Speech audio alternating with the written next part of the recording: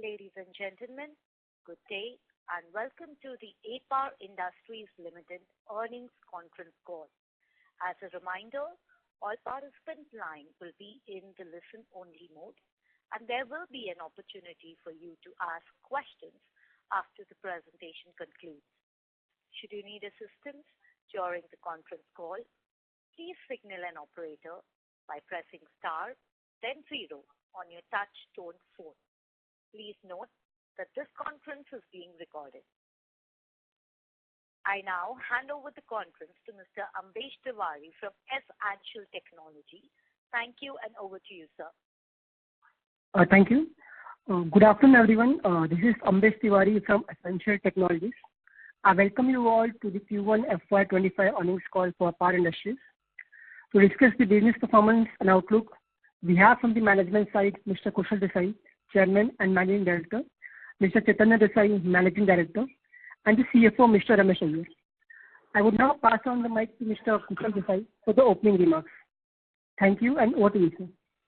Yeah, thank you, Ambesh. Good afternoon, everyone, and welcome to the APAR Industries Q1 FY25 earnings call. I would like to start by giving a quick overview of our performance and then follow it up with a short industry update. We can then get into more details on the segmental performance and then finally end by opening up the floor to questions. So for Q1 FY25, the consolidated revenue came in at 4,011 crores, which is up 6.5% year on year. The domestic business actually grew by 43.4% versus last year. The export revenue de-grew by 25.9%.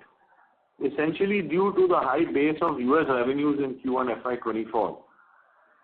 Export shipments across all three divisions were affected from the 10th of June onwards due to a sudden issue with containers, ships and freight, resulting in lower dispatches, especially of the FOB shipments where customers were to put up their containers. The EBITDA is up 6.8% year on year to reach 394 crores with a 9.8% margin.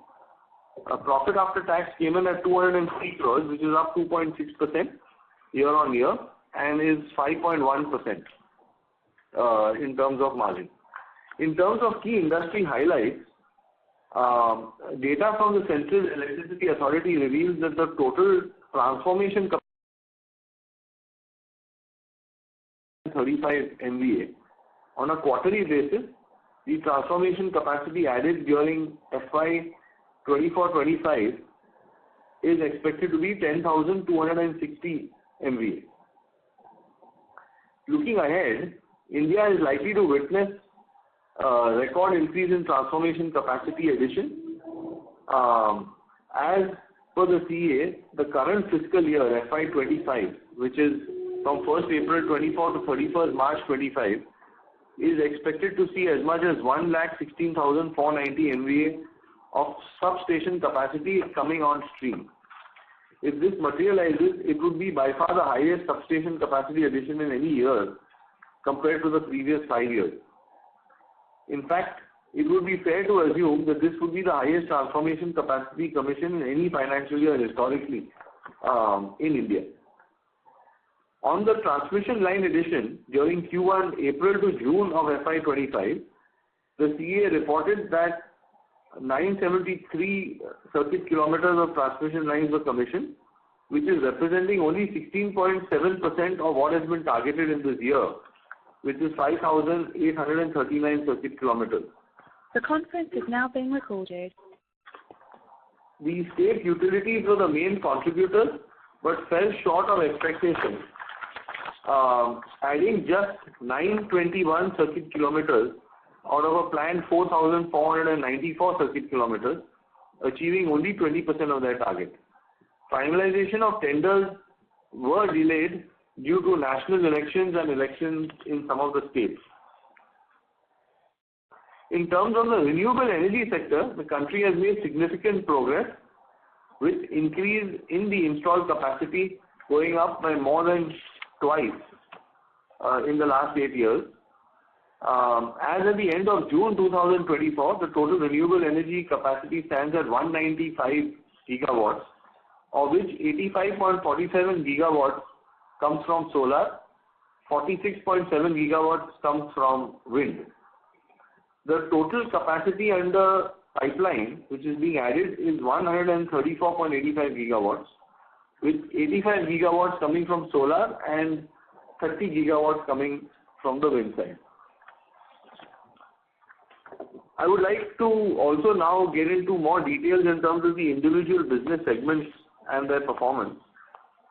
Our conductor business revenue in Q1 FY25 grew by 9.1% year-on-year to reach 1,936 crores, with a volume growth of 6.7% in the quarter.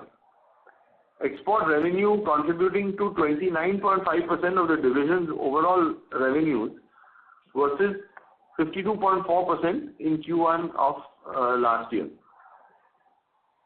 The exports were down versus last year due to delays in regulatory approvals in competition, and then, as I mentioned earlier on the call, due to container availability, which created delivery challenges for export shipments. The premium products contributed to 37.1% of the revenue mix. EBITDA per metric ton post forex adjustment came in at 38,532 per ton on the back of execution of higher margin product orders, especially with a higher amount of HTLS conductors getting executed in that period. Under the conventional conductors, the more premium variety of AL59 continues to replace gradually the entire quantity of FESR. Overall, our order book is at 6,725 crores, with premium products contributing towards 41% of the order book. There was a new order inflow in the quarter of 1,794 crores. Coming to the oil division, Q1 FY25 revenues came in at 1,265 crores, which is 6.1% higher than a year ago. The volumes grew by 5.9% in the quarter. Global transformer oil volumes grew by 20% over the last year, driven by strong demand and a gain in market share globally. Exports contributed towards 45% of the oil division. EBITDA post forex adjustment came in at 6,935 rupees per KL, which is 15% higher than last year. The automotive oil volumes recorded a strong growth of 29% year on year, and the industrial lubricants business grew by 7.6%. Coming to our cable business, we saw revenue growth of 7.8% versus last year. If you exclude US revenues, ex-US revenues, we grew by 23.9%. The domestic revenue grew by actually 48.4% year on year, and exports grew by 30.5%. The export mix currently stands at 33.2%. Export is lower than last year due to the higher base of US sales in Q1 FY24. The EBITDA margin came in at 10.3% in Q1, which is down 110 basis points versus last year. And this we can attribute to lower level of exports as well as a geographic mix. The overall order book came in at 1,571 crores. In conclusion, the global supply chain continues to be a bit challenging as delivery shipments were affected in June due to container availability tightness. If you look at the total exports that got postponed across the three divisions, it is in excess of 270 crores. Also, demand from the US and Europe has been affected to some extent due to delays in regulatory clearances, especially on transmission lines. We have been seeing an increased level of inquiries from the Western nations recently and are hopeful for a further acceleration towards the second half of the year. The macro environment otherwise looks positive with a thrust on renewable energy capacity addition. transmission line sector expansion, and we continue to remain buoyant on the robust growth drivers that should help create more value for our stakeholders. Chinese competition, however, has increased considerably, especially in areas where there are no barriers to entry for Chinese products. Due to predatory pricing, however, duty on Chinese goods, which include aluminum conductors and cables, have been increased by up to 25% further in the US. This will likely make Indian origin goods more favorably positioned in the US market, and that's the reason why we have an optimism that business will grow in the second half of this year, continuing into the next financial year. We have a very detailed corporate presentation on the company profile and performance that has already been uploaded on our website, and we would encourage everyone to please access the same and go through it. So with this, I'd like to come to the end of my comments and open up the floor to questions.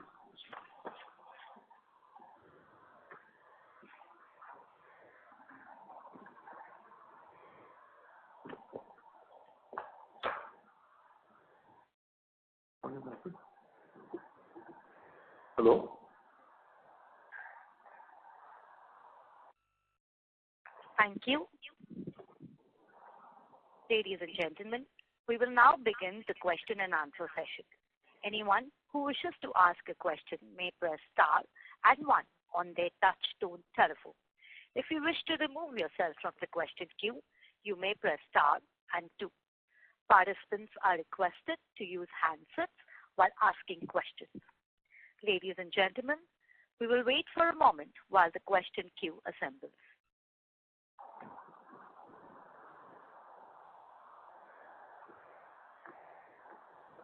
The first question is from the line of Maulik Patel from Aquarius Securities. Please go ahead. Yeah, thanks for the opportunity. Good afternoon, everyone. Kushal bhai, couple of questions. One on the conductor side. We are hearing that some of this a player like KEC and the Diamond Power, they have started also the conductor manufacturing capability or about to start the manufacturing capability.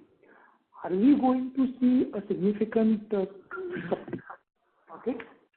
And if they are coming up with a new capacity, how long it generally takes for the new entity to take an approval from the relevant authorities, like the PGCIL, or if they are trying to get an export in US? How many months it generally takes to get an approval? So companies like KEC, who are EPC companies, they will be more catering to their internal requirements, because there will be a conflict of interest with other EPC companies. So it's not likely that they will be actually upsetting the marketplace. With regard to diamond cable, also they are somewhat connected to Adani in some ways. So there also it may be more gearing up for the Adani type requirements, which is a developer. So here again, there will be a conflict of interest with other developers. This is our perspective. In terms of the barriers to entry, the product which is now being used in India, which is AL59, is not an easy product to manufacture for a new entrant. So it is possible that some of these companies may actually start off with the conventional ACSR conductors, and it may take some time for them to actually qualify and make the product, as per the requirement of PGCIL and other, customers. And in the export market, it's not just a question of price which wins the business. It is also a combination of reliability, past records of how much business has been successfully done in that geography. So to make this kind of inroads, we had to take several decades. So I believe it may be equally difficult for new entrants, and especially when the existing entrants are well, in the, entrenched. So it's difficult for, a new party to get space to enter into that market. But a lot of these foreign utilities and foreign customers, they are not just looking for the lowest initial cost. They look at the total cost of ownership and they are ensuring that their project is not getting delayed or there's no problem on the quality as they execute the contract. So their philosophy is quite different from our Indian utilities. Also, they look at ESG compliant also, where you have the significant investment in the past, right, in terms of an ESG compliant. Yes, especially in Europe, we are seeing a lot of that. Your order inflow was one of the lowest. Is that because of the election that's been a decline in the new order inflow? Part of it was on account of the code of conduct, especially where we are directly dealing with the utilities. There is also previous quarter where we had a good inflow of orders and we have certain commitments for supply. So although we could have taken on more business, but some of the clients are looking for deliveries which are clashing with our existing commitments. So we have not overcommitted by taking on those orders and then not being able to supply those volumes. But modeling on a half-year basis, you're looking at almost 5,000 crores. Yeah. Meaning if you had First half FY24. So there was more finalization that took place in the Q4. And then because of the elections and the state electricity boards have actually been running a little bit behind, as was mentioned in the in the opening remarks. Our sense is that the domestic market otherwise is fairly strong.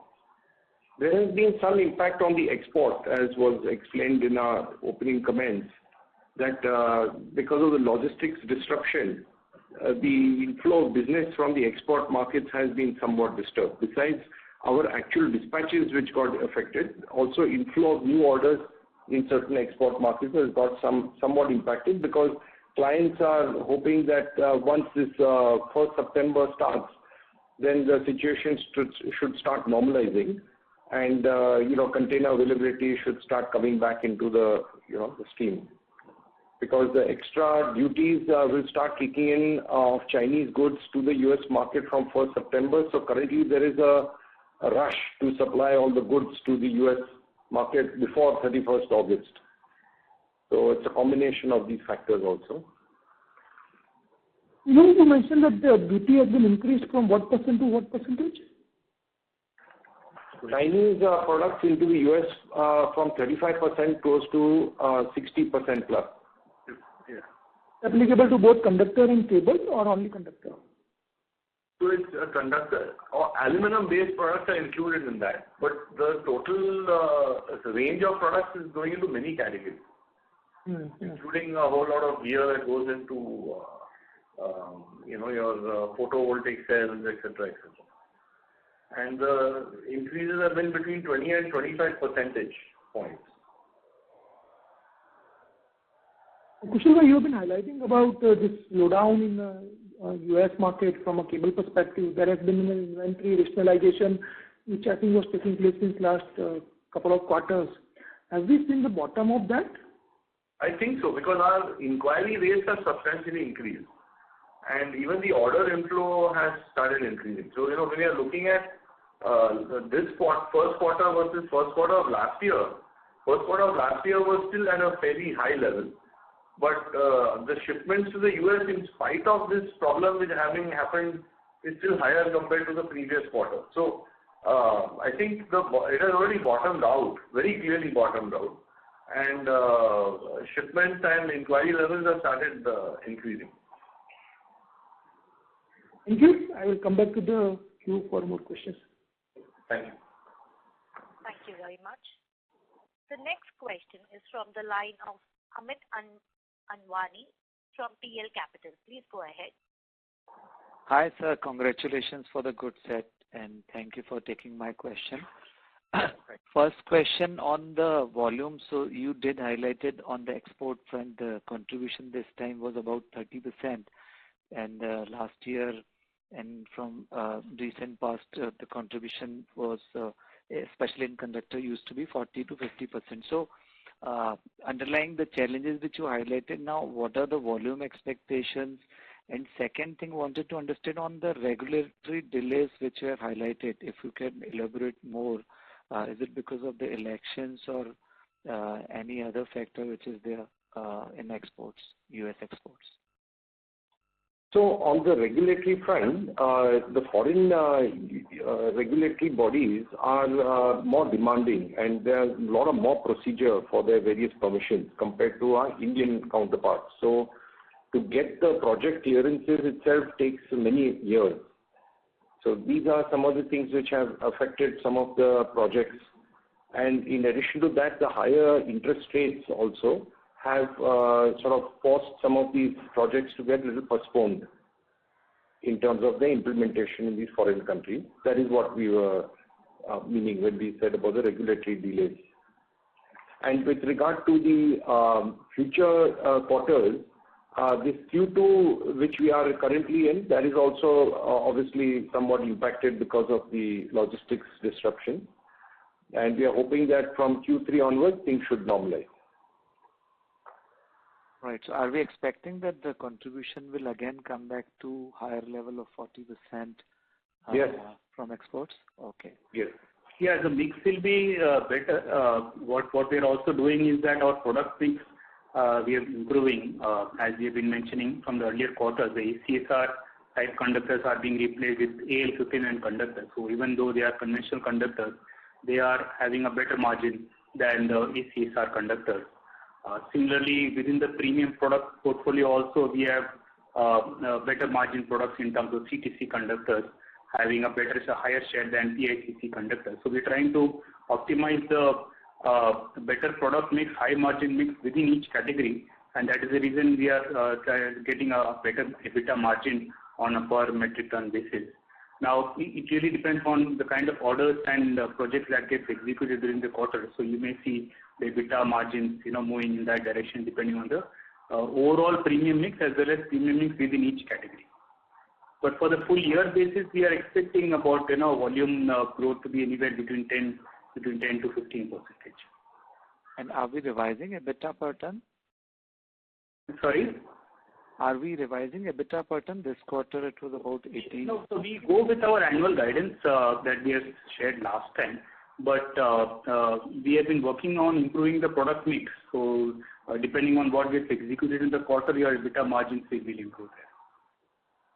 Right.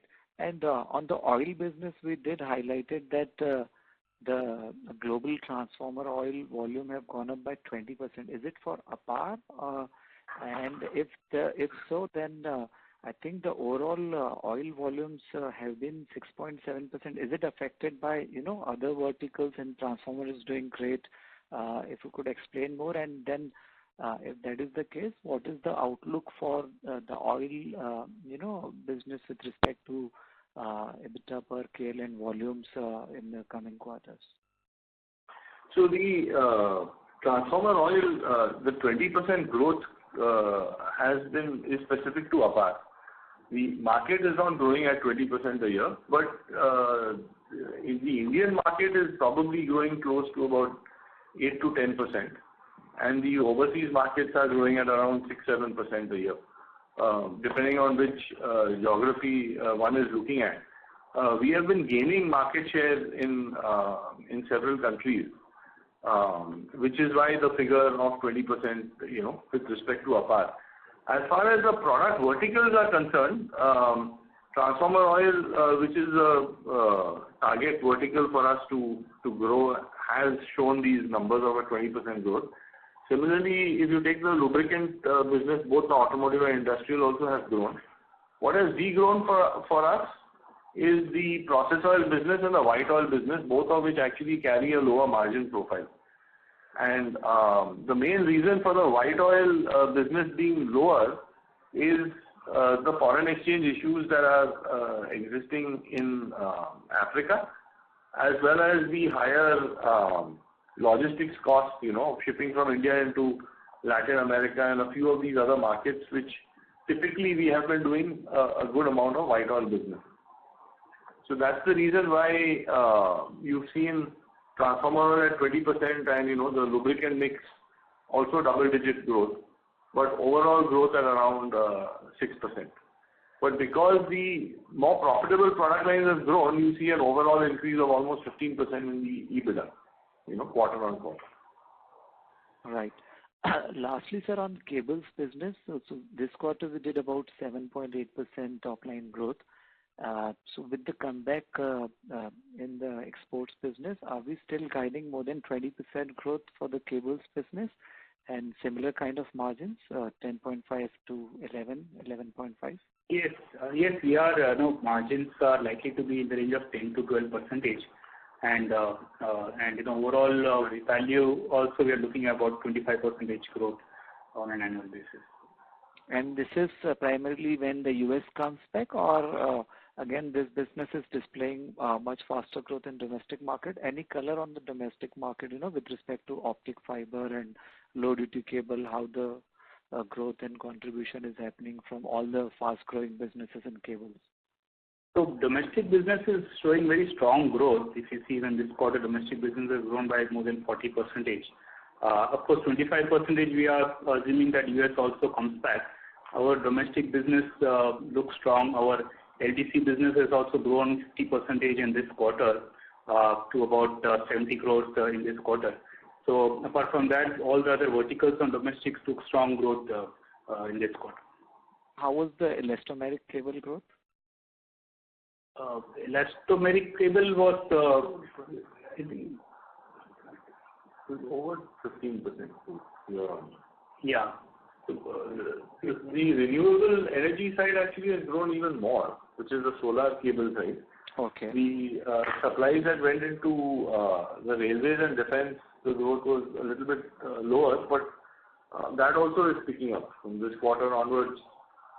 Quite a lot of railway orders, etc., coming in. So overall, domestic growth is fairly strong, and as the inquiry levels have increased, even the order conversions have improved with the US. So our sense is that you will see both export business going up and the domestic business going up. So, by the half year, we will know better in terms of, how much this export logistics is actually affecting shipments. But otherwise, if you take our view in terms of for the year and then going forward, none of the critical growth drivers seem to have got adjusted, in the wrong direction. They're all still positive. Great, sir. Thank you for taking my questions. All the best. Thank you. The next question is from the line of Riya Mehta from Equitas Solutions. Please go ahead. Thank you for giving me the opportunity. So my first question is in terms of railway. So in the budget also the electrification numbers have reduced, and I think we are on track for the target of around 80 to 90% electrification. So going forward, what kind of railway orders have we seen?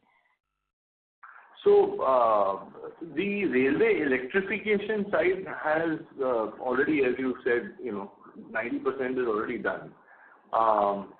The inflow of orders for copper conductors is down.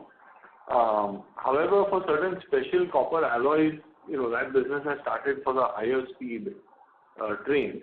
But the growth which we have seen that I was referring to previously is fundamentally with respect to the cables that are going into the trains for the locomotives as well as for the coaches. So that part of the railway business has been continuing to grow.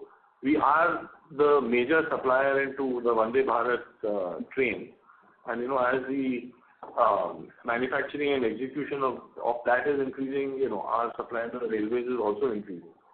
However, what is compensating in the conductor business for a reduction in copper conductors to the railways, we have seen a major jump in our copper transport conductors going into the transformer side of the business. I think in the last earnings call also we had mentioned that all transformers which have more than 400 amperes of current coming out of them have been mandated by CEA to have the copper transport conductors. So that's one major area of growth. The second area where we've seen growth happening is in the bus bars. So these bus bars are also increasingly being used, especially in high-rise buildings and larger complexes, which is a norm, in India. So between these two, it's compensating for any reduction that been there on the railway conductor side. Got it. And the second question is a lot of players who are basically forward integrated, who are using conductors and into the T&D space. A few of them have started their own conducting facility because there was serious shortage previously. So, do you see the competition increasing or our target area decreasing? So, I think we've addressed this same question. Fundamentally, KEC has put in specific conductor capacity, and that will probably come into. Yeah. We need another 6 months or so. So, in fact, it may be a backward integration for them to some extent. However, as Chaitanya Bhai mentioned, that the base conductor today is moved to AL59, which is not the simplest product to manufacture compared to ACSR. So it has alloying and it has technology requirements, attached to it. Besides that, they'll have to get approval from Power Grid, which has won a significant number of new TBCB lines. That approval process is not a trivial process either. Also, the export side of the business requires a much longer approval cycle. So we really don't see that, upsetting the apple cart. In addition to that, why would another EPC player buy from a competing EPC player? Right. So yes, there would be a lower demand coming in from KEC, but I don't think that's necessarily going to affect the overall position that APAR has on the conductor side. And for the conductors, what percentage of the order book is currently coming from exports? Exports, this quarter was less, about exports in conductors about 30%, but earlier it used to be about 40 to 45%, but this quarter has been 30%. This is as a percentage in order book, right? This is also for the quarter one. Yeah, for the Q1 order booking. Right. Hello. And what in terms of cables, US would form around 50 to 60% of our exports mix. So going forward with domestic overcompensating for the lackluster in US, what kind of growth do you see in other geographies in export market apart from US? So we are, in fact, in the US, as far as the cable side is concerned, we have started seeing, as I mentioned earlier, increased inquiry levels as well as an increased conversion. So the order book for the cable side has already started growing. On the conductor side is what was being referred to, that some of the regulatory approvals are taking longer than had been indicated earlier. So the conductor ordering from the US has been a bit slower. The cable side has actually started growing. So we would see a significantly higher amount of execution taking place of cable sales to the US in the second half compared to the first half of this year. And even then, comparing with the second half of last year. So the trend is a clear upward trend. Got it. That's it from my side. I'll join the queue for further questions. Okay, right. Thank you. The next question is from the line of Mahesh Bendre from LIC Mutual Fund. Please go ahead. Hi, sir. Thank you so much for the opportunity. Sir, in recent past, there has been the prices of copper and aluminum has dropped significantly. So what impact this will have on us in coming quarters? So copper and aluminum rates doesn't affect our margins because we run a full hedge book for all the orders that we have. The only impact possibly you could see is that the interest line item may go up or come down depending on our copper aluminum going up or down. But that also is factored in the selling price of the product. So at a net margin, we don't expect any significant impact of copper or aluminum price going up or down. Also, Mahesh, you do need to keep in mind that both copper and aluminum had shot up in the recent past. and they now have re-corrected downward, but they are still at a higher level than they were, a month and a half, 2 months ago. But then having said that, as Ramesh has mentioned, we run pretty much a hedge book, and the changes in the price of aluminum and copper essentially affect working capital or could affect future business, given that the capex cost may go up for a particular project. Sure. So some of our customers may defer their deliveries if they have not hedged, but it will not impact us directly. Okay, sure. And sir, domestic side, the transmission capex seems to be very strong. This is indicated by Power Grid and all transmission companies. So over the next 5 to 7 years, do you think the domestic market could be much more, attractive for us compared to export? Or is it that both market will be flourished for us? Yeah, in the medium to long term, we see both markets being strong. In the short term, the Indian market has actually done quite well, and it has helped us, take care of the reduction in the export demand due to this logistics disruption issue. Also, we tend to think that, everything in India is very slow. But, as APAR is executing in 140 countries around the world, actually the speed with which Indian regulatory authorities have been acting on new transmission lines, on new infrastructure is actually faster than pretty much most countries around the world. So that's the reason why in the shorter term, the US regulatory clearances are taking a bit longer to come through. So somehow the demand has actually got pushed back because of that. But the Indian transmission line side, should be looking up. If you see currently, PGCIL's, capex additions have been relatively low in the last quarter as they've reported in their financial numbers. But going forward, they run a number of lines. So we see demand in the domestic side actually increasing. Sure. Thank you so much, sir. Yeah. Thank you. The next question is from the line of Himanshu Upadhyay from Buglerock PMS. Please go ahead. Yeah, hi. My first question was on this 30% growth in auto industry or the auto volume. Have you added new OEMs which is leading to such high growth? Because last year we had a pretty flattish numbers and we have not seen so much growth on the OEM side. So what led to this high growth? What would be the mix of aftermarket versus OEM sales? Yeah, so the growth has really come from the B2B side of the business, where the sale has come through B2B distributors, it's come through OEM, and sales that have gone in directly into industries and end consumers.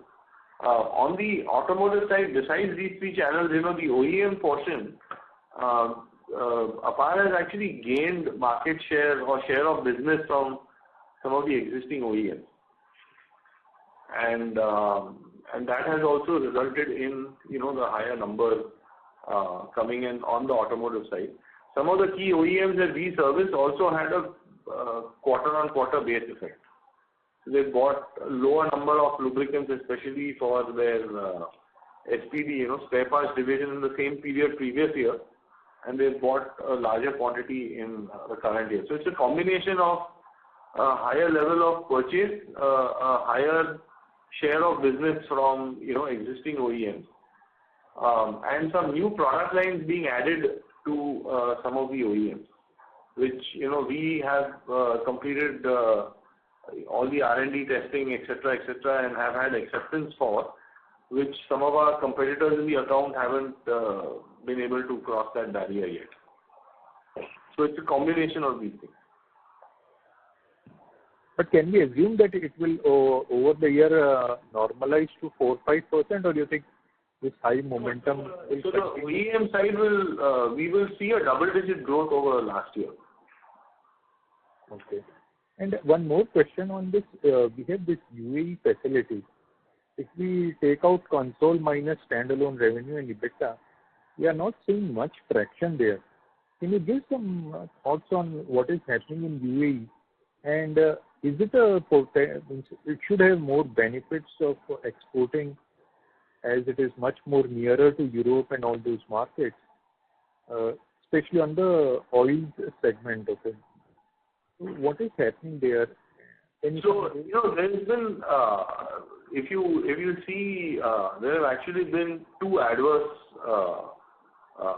areas that have affected, export coming out of the UAE.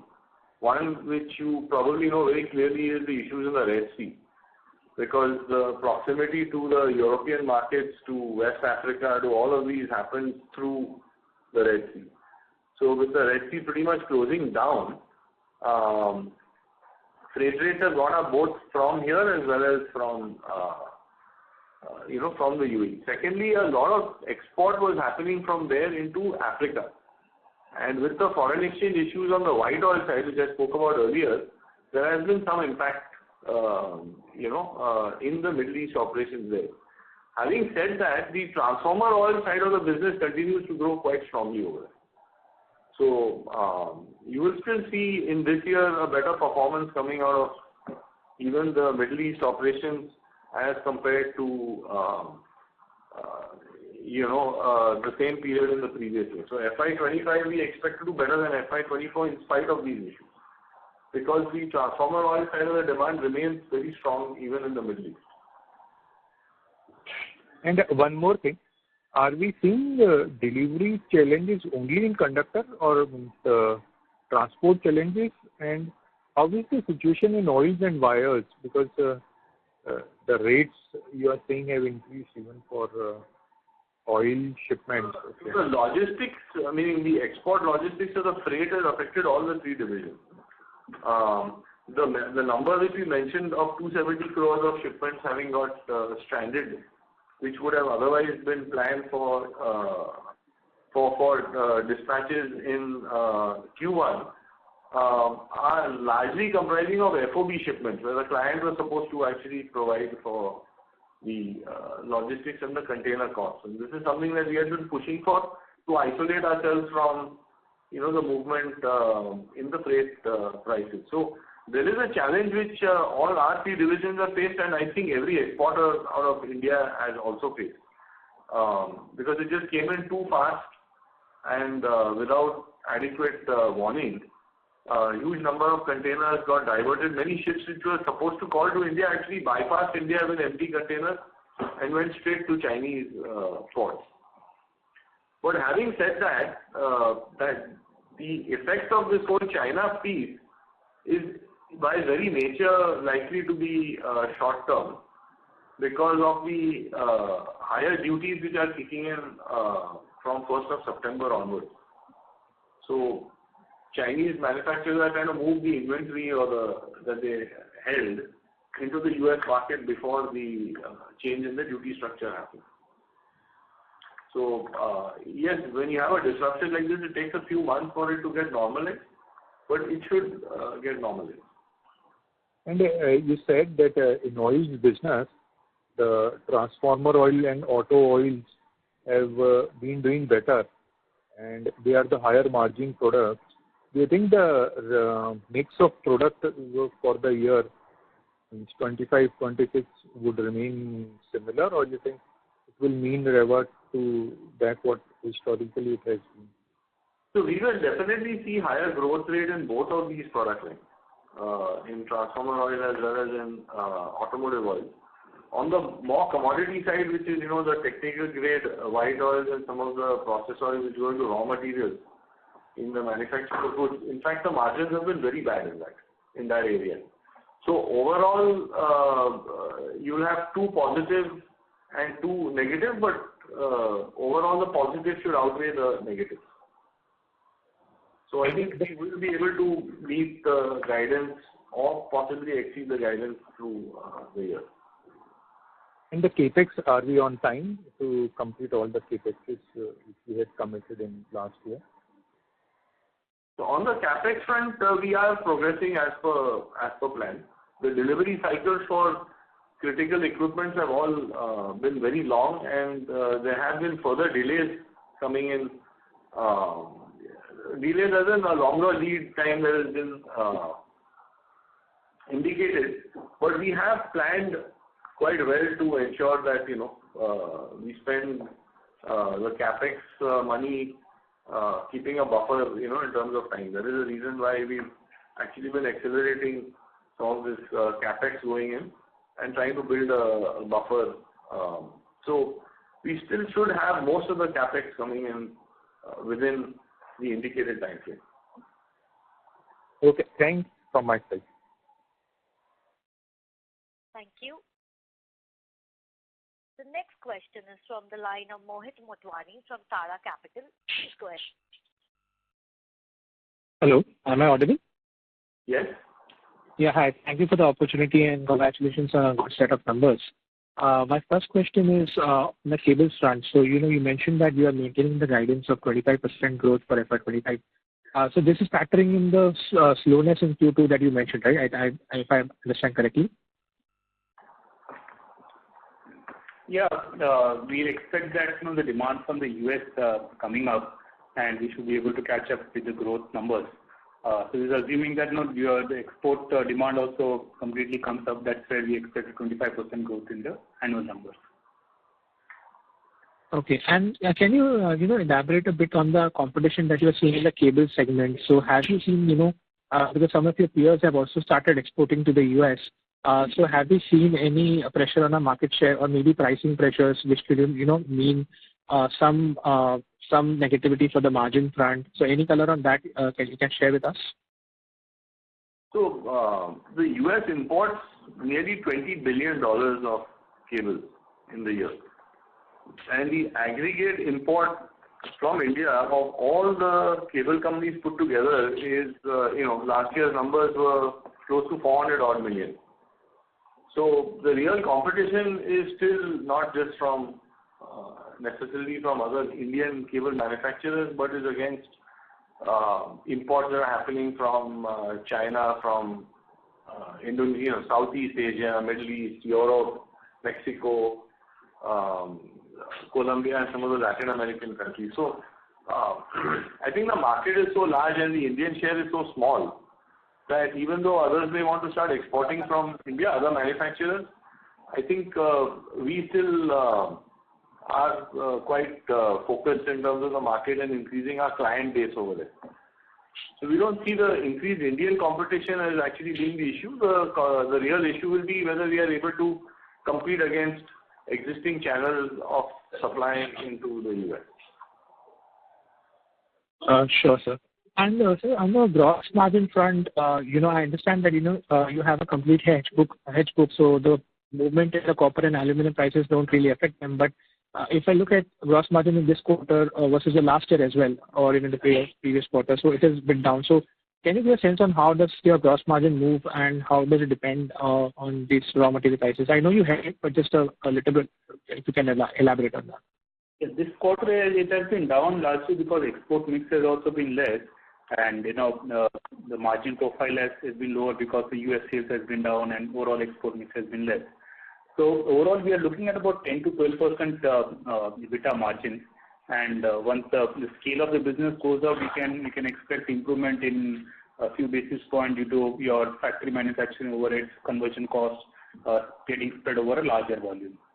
But yeah, if you theoretically put it, the copper aluminum going up as a percentage to sales, it may marginally come down because in this thing you're looking at a percentage to sales. But as the scale improves, we also expect the cost to come down as well. Got it.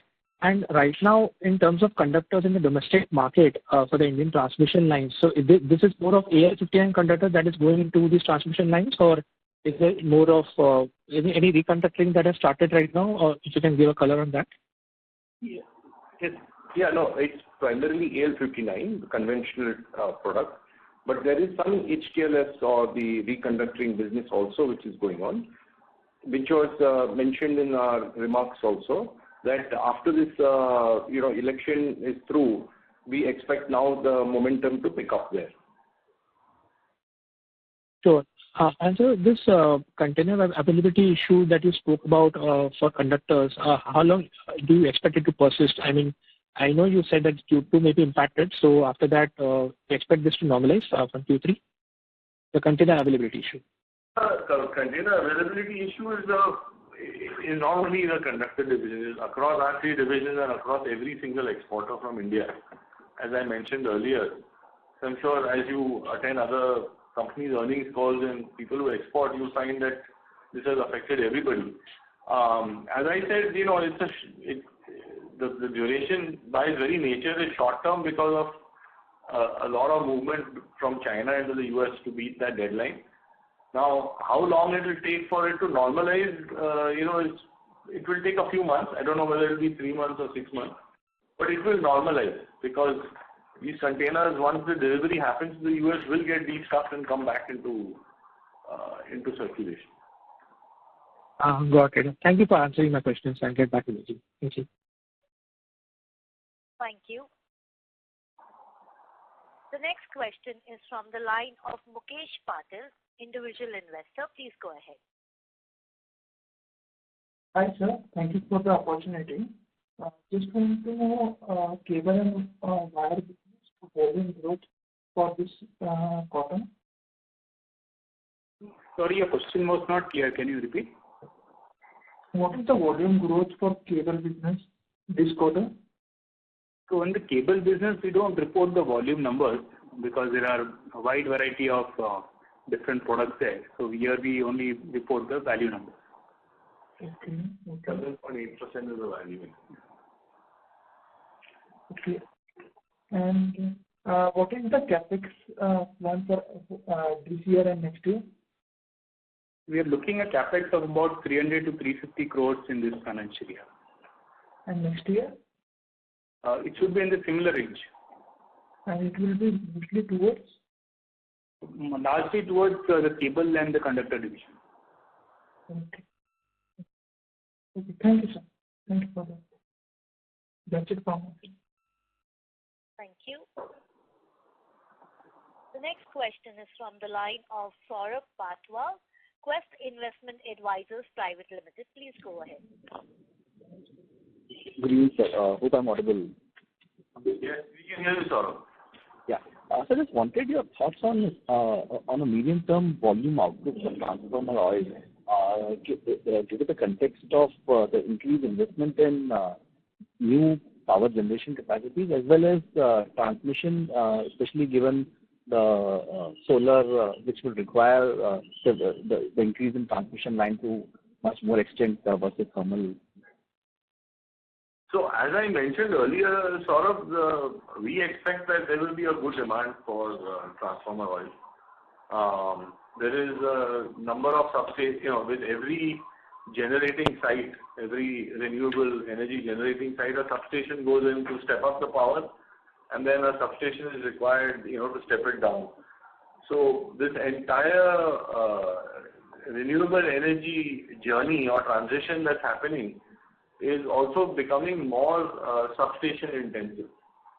And as a consequence, the value of transformers in the whole chain is also increasing. And that has a direct, a linear bearing on the demand for transformer oil. It also has a linear bearing in terms of the demand for copper transposed conductors or CTC conductors. Right. And so how does the data center-led demand can impact, especially if the localization has to happen in India? Will this drive another set of demand? It is absolutely. Not only in India but around the world. So there are a number of global studies which are out there on data center addition. The highest of which is happening in the United States. India is actually a distant, like 6th or 7th at the moment. But these data centers are extremely power intensive. If you take the data centers which are being added in Navi Mumbai alone, once this current set which has been announced are added, you may need in excess of 3,000 megawatts of power to service them. So is the product profile different for that? It is the single largest. It's like 75-80% of the operating cost. Right. So is the product requirement different? in terms of transformer oil? So, no. So see, the transformer oil will go into the transmission side of the system. If you're talking about liquid cooling, then for the data centers, so that is still a category that is still being developed and is slowly increasing. There are standards which are slowly evolving in terms of data centers, and it would be a combination of using mineral oils and synthetic oil. Just add one more question related to oil business. So you highlighted you've gained market share in the export. So is it from the local firms, or are these global firms which have taken market share, or the local domestic players? From global firms. If you take the share of export that's happening from India, anyway, APAR has the lion's share of the export portion. So it's really, as new avenues have opened up, we've been able to pick up a larger share of the business. Plus, one of our competitors out of Europe, which was erstwhile the largest supplier of transformer oil, they've still been affected with financial problems and things. They're in a better situation than they were a couple of years ago, but not the kind of force to reckon with before. So we've managed to gain share. Most of our share gain has been in Southeast Asia, Australia, South Africa, Middle East. These are the regions where APAR has been strong, and a fair amount of growth has also been happening. Great. Yes. Thanks a lot, sir, and all the best, sir. Okay, thanks. Thank you. The next question is from the line of Gaurav Putrani, IIFL Securities. Please go ahead. So thank you for the opportunity. Sir, could you just highlight what would be the revenue contribution from ACCC conductors in our conductor division?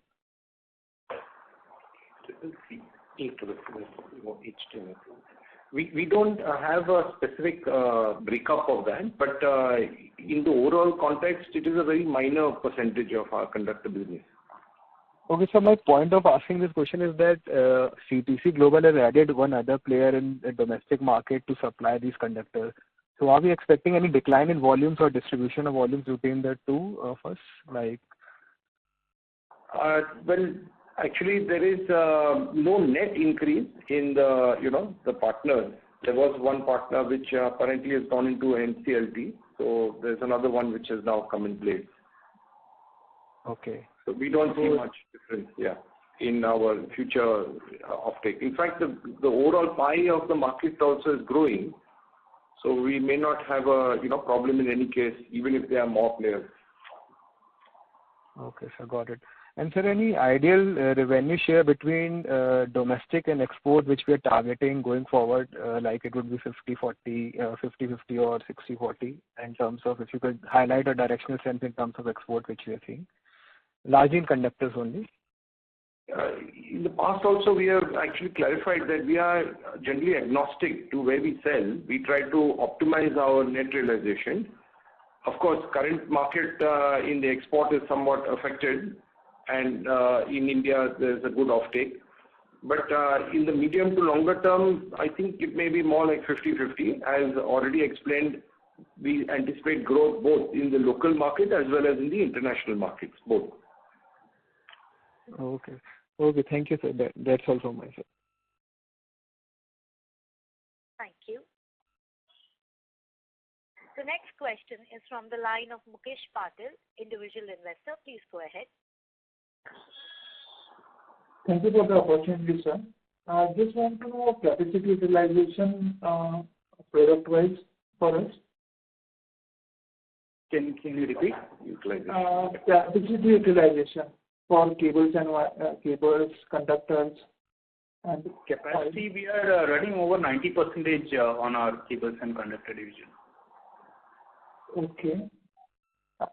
And what is the margin profile for our export business? There are multiple products which are there. Specifically for export cables? Yeah, again, there are export products. There are multiple products. Overall, your EBITDA is in the range of 10%.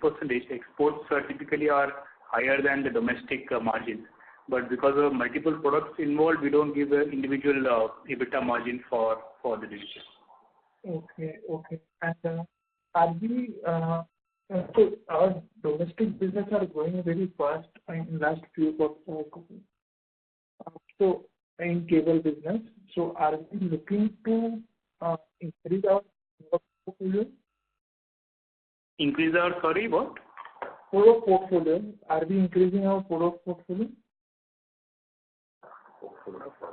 Yeah, we have a wide variety of products already in the current kitty. So, and we are also looking at opportunities to increase the product portfolio wherever there is demand and products that are ancillary to the current portfolio. Okay. Thank you, sir. That's it from me. Thank you very much. Participants who wish to ask questions may please press star and 1 at this time.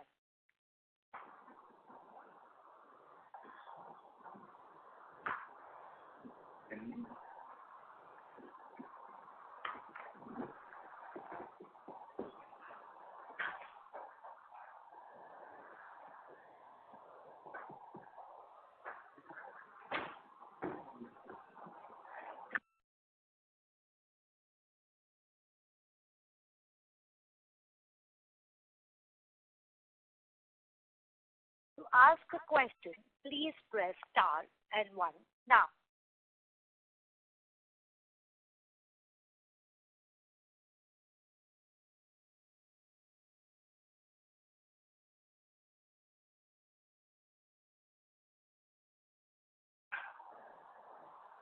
Ladies and gentlemen, as there are no further questions, I would now like to hand over the conference to Mr. Kushal Desai for closing comments.